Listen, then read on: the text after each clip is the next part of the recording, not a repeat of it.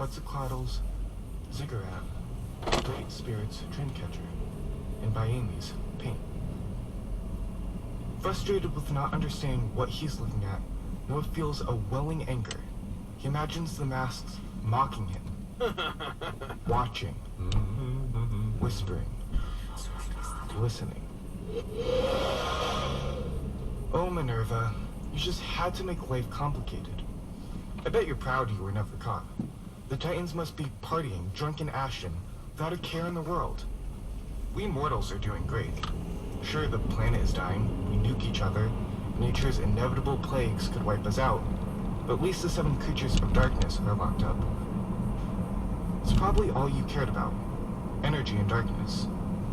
Nowadays, people are split into their individual belief systems. If you don't believe in faith, then you're called a non-believer, a worshipper of darkness. If you believe that the Titans will lead us to heaven, then you're blind to the truth of the world. I guess we're all blind, if you think about it. I just choose to be non-committal, with my eyes wide open. Noah's monologue is suddenly interrupted by a creaking sound, revealing a secret door behind the portrait of Hope M. Kuklos at the exhibit's entrance. Robert Kobakov, Chief of Literary Society, enters, concerned about Noah's mental health after hearing his diatribe. Mr. Kobakov wears round tortoiseshell glasses, a bluish-gray sweater, and brown pants, holding his computer bag, dog-eared school schedule, and Kuklos coffee mug. What an astonishing sight to behold. They're divine, don't you think? Mr. Kobakov, didn't expect to see you here. I hope I didn't freak you out. I'm just here until the lunch line settles. Of course. Take your time. It's always rewarding to stretch your legs and smell the daffodils. Right, unless you've got allergies. There's that. But you'd be astounded to learn how much your brain can grow with just a little wisdom. Of course, we're talking under the right conditions. Trust me, I'm growing. It's not every day you hear that religious tales are the Brothers Grimm of history. It could be worse. The unknown is full of surprises. Did Fallen Earth teach you anything? Wait, you've read Fallen Earth? For about a whole school year. You know the author, Freddie Norin, was one of my students back in the day. You're messing with me. The Freddie Norin? He couldn't have been a part of ALV. Do I look like Pinocchio? Is my nose growing longer? What other school we based off of Chapter 2? Sure, the society was never explicitly mentioned, but an underground school clearly has parallels. So he knew about Minerva? Wouldn't he be disturbed by her decision? He couldn't care less. His writing felt more important than heading in darkness. That Freddie, he was a character. And I'm talking literally and figuratively. His protagonists were only fractions of who he really was.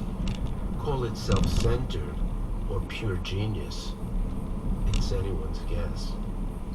Wow, sounds like a great guy. He was. Reminds me of how you perceive the world. I doubt that. I'm nothing like him. I haven't made myself useful at all this year. I've just been wandering behind my friend's footsteps until something exciting occurs. It doesn't help that the society is secret, or that Eden has made it her pet project. So, why do they have to tell you how to live your life? Relax. Take a deep breath. Look around. Whatever happens, you'll be fine. That's just life as a teenager.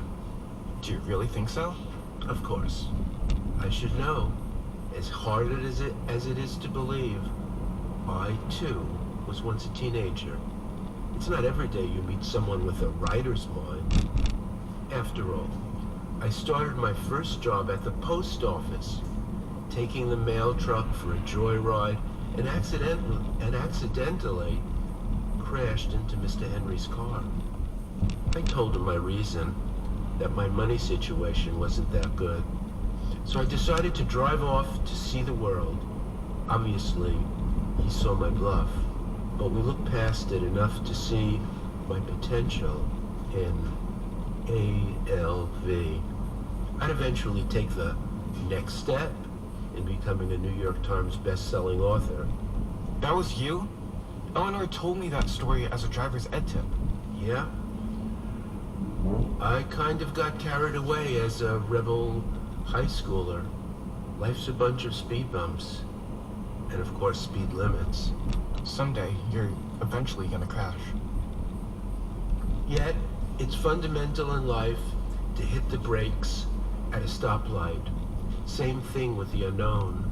From the beginning, thinking monkeys, Neanderthals, humans, they couldn't comprehend the meaning of a flash of lightning, the unpredictability of oceans, the vastness of time.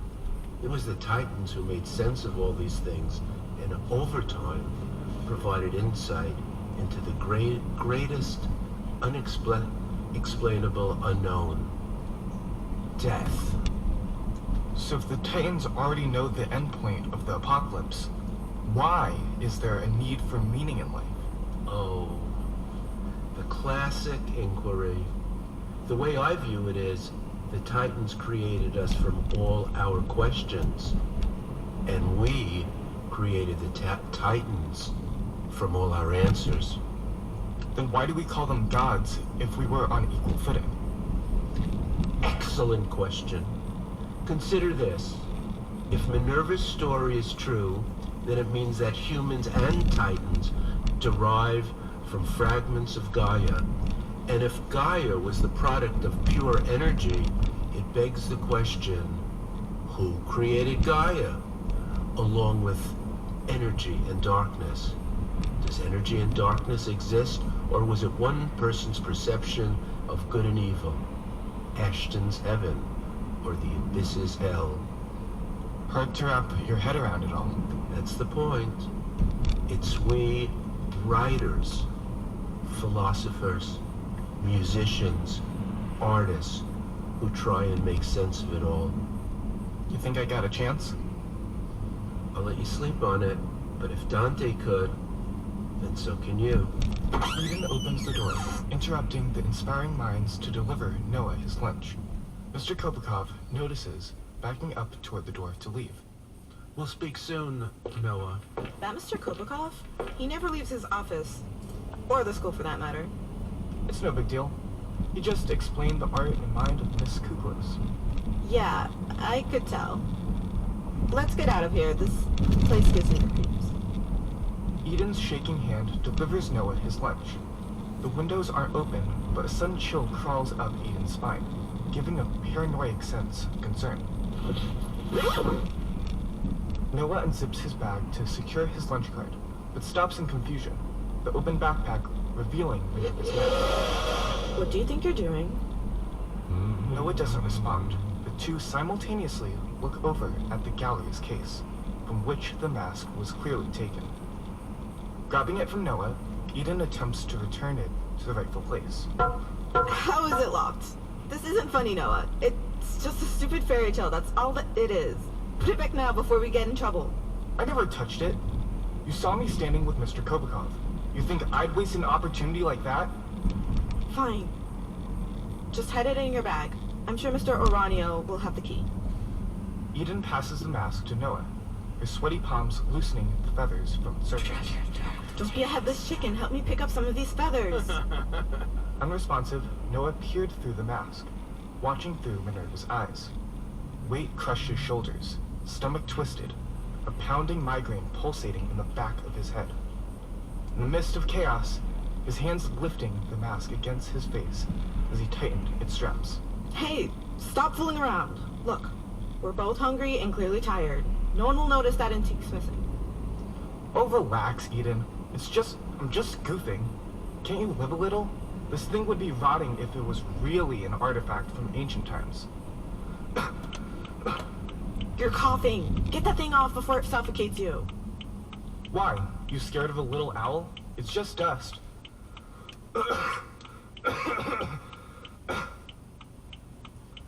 Some form of dust, or ash, covered Noah's face, entering his lungs and blurring his